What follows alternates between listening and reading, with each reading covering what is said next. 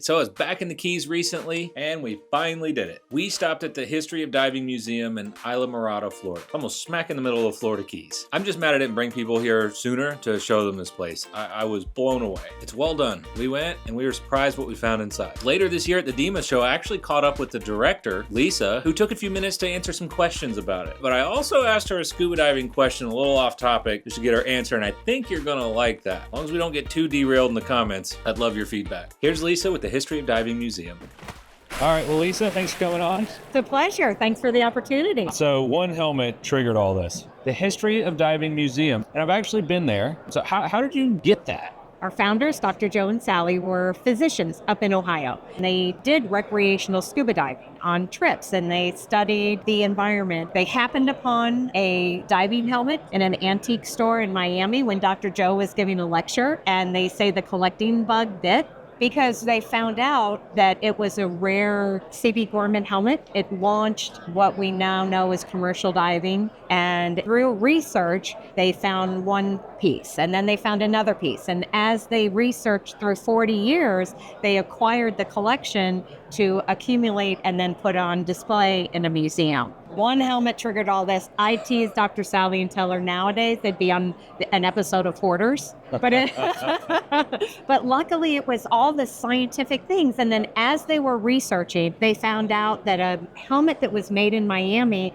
was used in the Galapagos Islands by William Beebe, and it launched marine biology studies. And they found out that a helmet in Miami was used in Europe to do underwater photography. So they found all these unique timestamps, and it related to South Florida, coming to the Keys to test gear. It just seemed like the Florida Keys were a natural place to put this on display. I've driven by it so many times. You got the big kind of Mark V looking helmet out there. Just driving by, you're like, I need to see what's in there. We were impressed. So we went in, and there was like a fun little gift shop, and then they wanted us to watch a movie at first, if I remember. Short little intro video gives you a taste of what's going to be in there. So we didn't want to watch. We just wanted to go in, right? And we were the only ones. We came on a perfect, like, weird time, and it was random, late in the afternoon. And so we're like, we'll just watch it. And we ended up loving it. And then, like, it was really good. Even that room is cool. The research library has got books back to the 1500s. So my question is, what is your role there?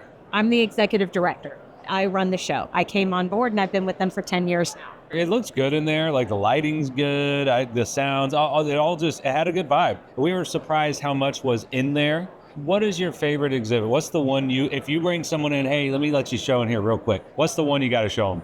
Actually, there's two. All right. One is everybody loves the silver bar, because we have the silver bar in the treasure room. So that really is unique, because you're holding a piece of history that has been retrieved from a hurricane shipwreck. And the second thing is, I'm showing my age, I love the Abyss. The movie Abyss? No, our exhibit. And all the one atmosphere suits. The exhibit, the Abyss. I'm so sorry. No. With the Hoganood and the Iron Mike and the gym suit, because those are one atmosphere suits that you put around a human body that can go thousands of feet underwater. To me, that's incredible. You don't have to be in a submarine. You're taking your own diving armor with you. So that to me is one of my favorite exhibits. So it's like wrapping a submarine around you. Yeah. And you could wear that shirt in that. And I could go thousands of feet and then come up and have lunch. No, I think our diving crowd understands that. I think that's pretty cool. They get it. What opinion have you had since you started to today that's kind of done a flip? And I've been a diver all my life. Now I'm working in the History of Diving Museum. So, I'll swim in a mud puddle if there's something cool to look at. Yes, I'm same. I'm with you. So what surprises me is how many divers drive by and see us and don't stop, because it's a hidden gem. And they're like, oh yeah, but there's cool stuff in there. I have divers and non-divers alike that come through it, and they exit the exhibits and they're amazed by what they saw. We had a good old time. It wasn't even on our agenda. We had a few hours. We were staying at Amore. We're hanging out with Jeff Nizer. Yep. And we finally did it, and we're so happy. And now it's a must. It's a staple as you're going into the Keys. Yeah. So our mom worker 83. Yeah, I thought it was in a good spot. I always throw this question to everybody. I know it's not really related to the History of Diving Museum, but is there something in the dive industry, a commonly held belief today, that you just kind of passionately disagree with? Because I've been diving for a long time, I've seen the transition between the male dominant sport to females. And I've also seen from what I would consider more intense dive learning to what they have now. I understand that we need to bring new divers and young divers into it, but I really would hope that we keep focus on maturity levels. You know, putting a number on there is not a very good litmus test. True. And like, what would you say is a good marker to go, okay, I think that person's mature enough? And I don't have the answer to this. It's all, theory, but. Sometimes you get those water babies and you get the parents that have a fear of water. Oh, yeah. So you want to encourage that water baby up, but they need a responsible adult to be diving with them and to mentor them into a more mature, advanced open water and go on. Aunt, uncle, family unit, family friend, but somebody who can mentor that child, because you don't want to inhibit that child that is just got the passion and the parents are like, I'm afraid to swim. Yeah. So it's really important to not inhibit that. How many times do you go to a Caribbean island and the islanders don't get in the water? Why is that? Yeah. And it's bridging that and making it accessible and overcoming that fear. And it is, a lot of time it's retraining your brain that no, Jaws is not going to eat me and that I'm not going to be afraid of what's underwater, and just overcoming it and becoming one with the water. That's what I like to do. I like to train students that I would dive with. That's my goal. That's a good demarcation line right there. I would dive with you. Boom.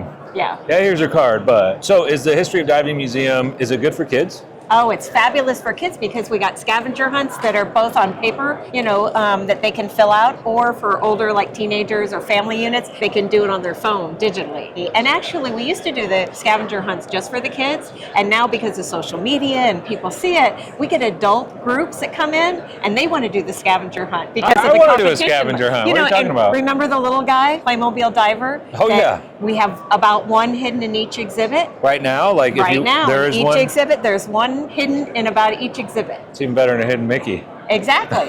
So, so it's fun for kids. And then we have the hands-on. We've got the dunk helmet. We've got the replica diving bell. We have the silver bar that people can pick up. So there's a lot of that's a heavy one, right? The silver bar, I remember that. 70 pounds. But it's from the Etosha. It's from 1622. You're touching over 400 years of history. Think of how many people touched that in making it and putting it on the ship and retrieving it and bringing it back to shore. You seem pretty passionate about this. When the day's over and you go in and everyone's gone home and you're shutting off the lights, do you ever turn around and look at it and just think it's just cool to be in here? I do. Unfortunately, Dr. Joe, our founder, has passed away, but his voice narrated the Parade of Nations exhibit, and you just feel their presence because Dr. Joe and Dr. Sally had such a passion for it, and that is evident in the displays and in the narrative. It helps to keep all that together. Cool. Lisa, thanks so much for coming on. Thanks for having us and for coming by the museum and helping get the word out. It's worth it. I did it. Even though we've already done it, it's something I want to go into again. Because we have the featured exhibit that swaps out twice a year. There's always something new. But really, I wanted to go find those little... the little Playmobil guys. Because I had those as a kid, the little diver and everything. Most people get 5 to 7, but it's into the double digits. We don't know the total? How many. I know exactly how many, but I want you to go look for them and then tell me how many you found. And I'll tell you how good you did. Game on. We'll see you later. Bye. All right, bye. Thanks.